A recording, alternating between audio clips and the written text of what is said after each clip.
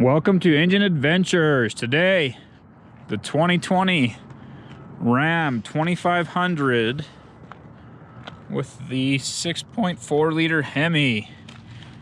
This is the Laramie trim with a ton of options, putting it up near the limited trim level. Not quite as nice, but really close. Has that 6.4 liter Hemi, of course, which is something like 410 horsepower and 429 foot-pounds of torque, which is now the lowest of the big three, with both General Motors and Ford coming out with new big gas engines in the past year. It's got an 8-speed automatic transmission. This one, of course, is the short bed, and it is equipped with the air suspension, optional air suspension, and a bunch of other options. Like I said, it's pretty well loaded up. This 12 pin here, or maybe 11 pin, is for the trailer cameras. Definitely a 12 pin.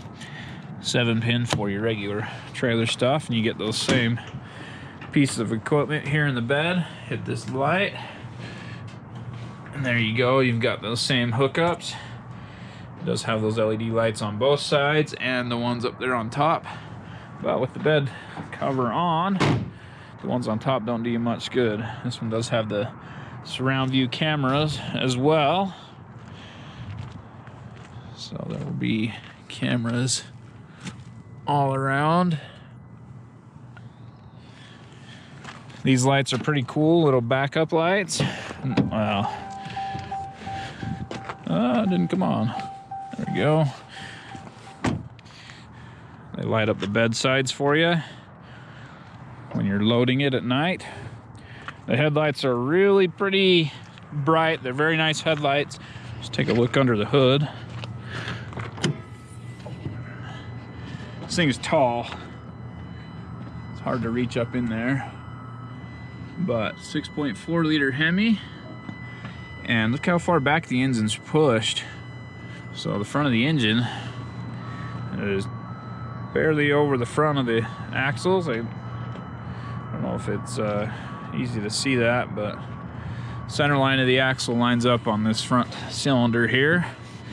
So most of it's behind, and then you've got radiators and fans and all that stuff, but there's quite a bit of space in here. Oh, the active shutters are actually closed right now to help keep the engine warm. And with it being the gas engine, you have a lot more space down here, which is why the Power Wagon can have the winch down here, whereas the diesel versions cannot, because diesels have additional cooling that they need.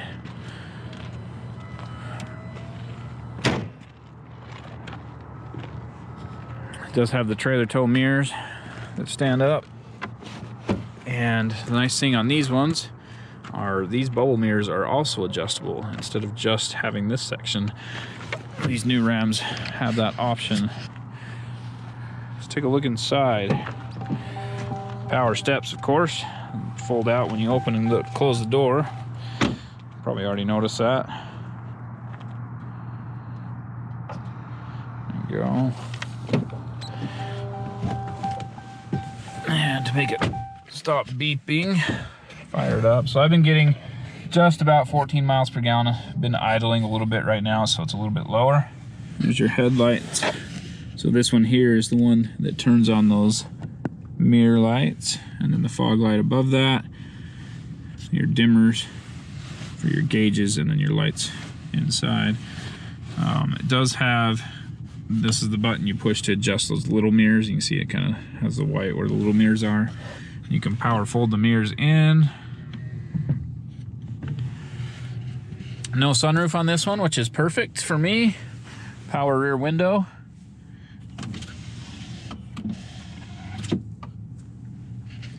It's got, of course, the 12-inch screen, being a media vehicle.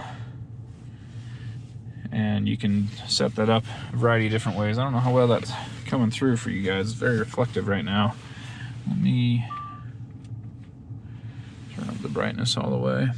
It does have lane keep assist. First thing I did when I got, well, as soon as I figured it out that it was on, it started bugging me. I turned it off because construction zones and stuff, where I'm always driving through them, and it's always trying to follow the wrong lines when you're in construction zones because the lines aren't clear.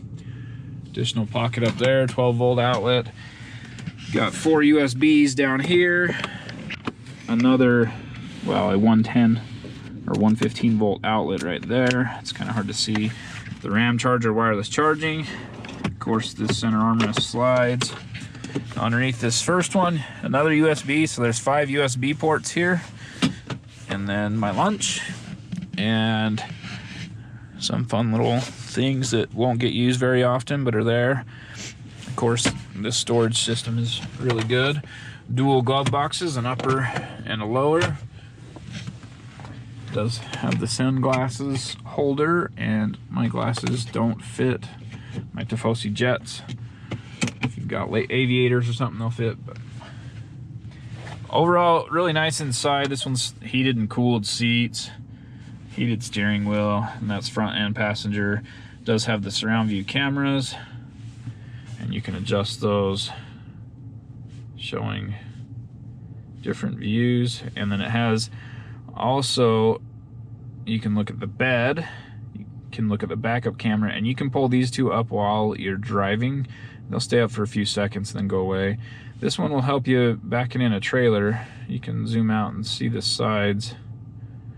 Not necessarily zoom out, but go left and right and see the sides a little better. It is a good setup. I like the cameras on this. They're actually quite clear. Good high quality cameras compared to some others. Someone set alerts on here, so you can set alerts, let you know when Metallica song is playing for this particular one. Of course, you can set it to do alert you for whatever you want. It does have the shift dial. I don't mind it. I would love a manual transmission, but those are gone in big trucks, in full-size trucks now, so stuck with this. I mean, over a column shifter, this is just fine too, either way. This one's 4-wheel drive. It doesn't have the 4-wheel drive auto, which is available on the Ram half-tons, and the Chevy now offers it in their 3/4 and 1-tons as well, but as far as I know, Ram and Ford do not offer the 4-wheel drive auto. And we'll get into testing that in the off-road video. The tailgate, you can drop it with the push of a button or on the key. And let's jump in the back real quick. This one does, well, let's go over the Monroney, then we'll jump in the back. So, okay, Monroney here. Base price of the 2500 Laramie Crew Cab, $52,350. And like I said, 6.4 liter Hemi with the 8-speed transmission. This one is the 373 axle ratio, which I would definitely get the 410. All right, so I don't know if your gas mileage would go down if you switch to the 410. Axle ratios are a funny thing. I mean, yeah, highway cruising, it might go down a little bit, but it might help in other areas. I don't fully understand how that affects it, because there are times when going to a lower axle ratio, which is a higher number, lower gearing, I don't know, anyway, will actually increase your fuel mileage. So this one, optional equipment, has the leather trim bucket seats, $545. The paint on the outside was $200, and it has the customer preferred package 2ZH, and that includes a lot of stuff. So $1,000 for the towing technology, which is a lot of those cameras, and the safety group for another $1,095. The lane keep assist, the adaptive cruise control, those things.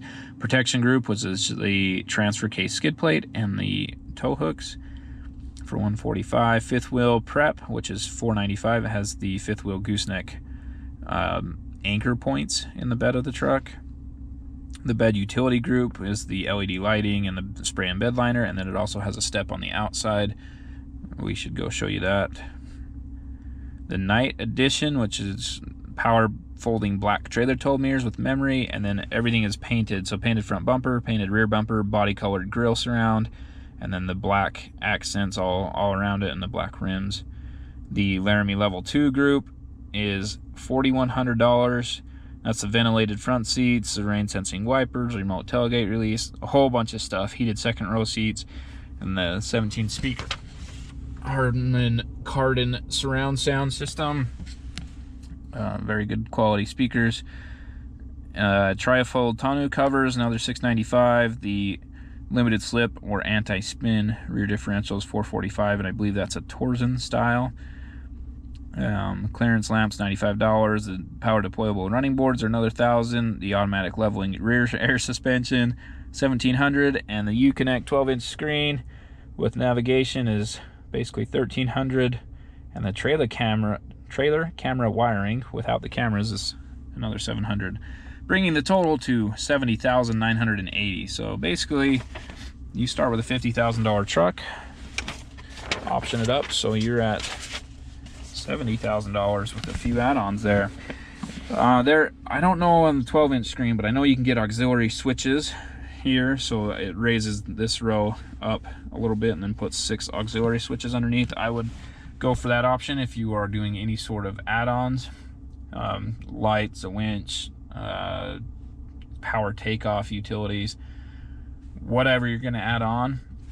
That's a good way to go. Okay, let's jump in the back seat. All right, one thing I failed to mention, maybe it's better if I do this on the driver's seat, is the angle of the headrest. So right there, that's as far back as it goes. So if you like to sit upright and have more back support, it's pushing your head forward a little bit. And the thing is you can go further and further. So I don't know why you need the headrest like that. Maybe if you've got it reclined quite a bit and you still need head support, but I don't drive in a reclined position, but it goes all the way forward like that. Then you can reset it back to there. So actually, in my opinion, it needs to reset so it's almost parallel with the back of the seat instead of leaning forward. Comfy back here. There's no handles up here on any of the, driver, passenger seats, whatever. They're here on the front. I prefer these ones, but it's not that big of a deal. This is more to help you climb into the truck than while you're driving. 4 more USB ports back here, heated seats on both sides, and another 115-volt outlet. Then I have got the child locks on because I had my kids in the car. I need to fix that. Underneath the seat, well, first under the floor, this one's equipped with these boxes, which I like. Underneath the seat, there's some storage back there, and of course you can fold these out, fold it forward, and you get a fully flat load floor. Lift that up and there's additional storage here. On the other side, the speaker is underneath there, the subwoofer, so it takes up all that space under there, but you can do essentially the same thing. I think I have it buckled, but there you go. You can see the speaker under there a little bit, and plenty more storage underneath back there. Here is that step. Pops out if you have the tailgate open. It makes it really easy to step up into the bed. And to close it. All right, doing 0 to 60. Tire spin.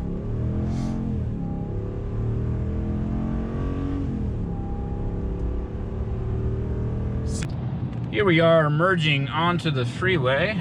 We got plenty of traffic in front of us. We're not gonna be going real fast, but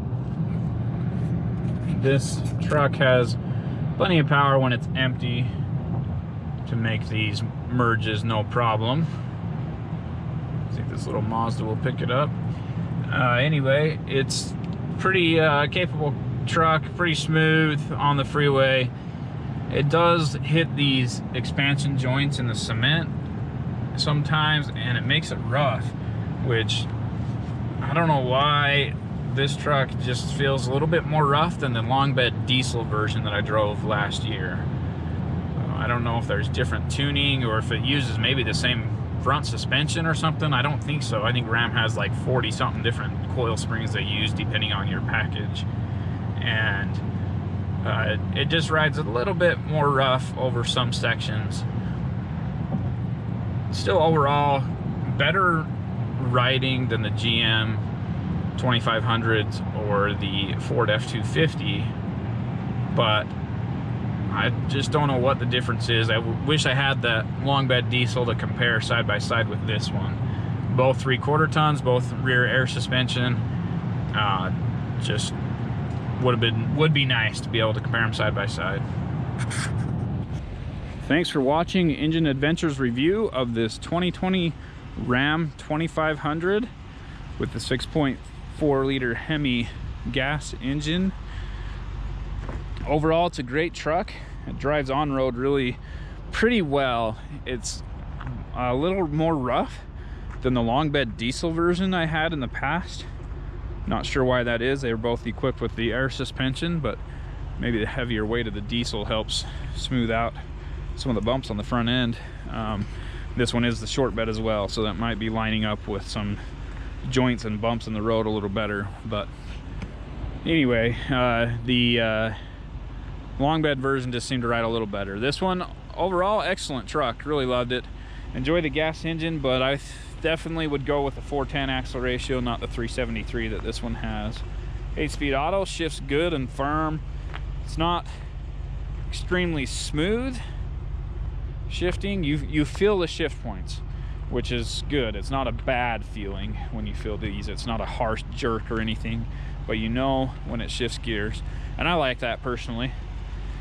Maybe not everyone does, but it makes it feel a little bit more solid, like you're getting a solid shift out of it. LED lights, all the works on this thing. Excellent truck. I think it looks great. Definitely the nicest interior of the 3/4 tons and 1 tons and half tons. I mean, Ram, everyone knows that Ram now is definitely the nicest one inside. So anyway, if you liked what you saw, hit subscribe, give me a thumbs up, comment down below. If you didn't like what you saw, give me a thumbs down, comment down below, let me know why. I'll see what I can improve on. Thanks for watching.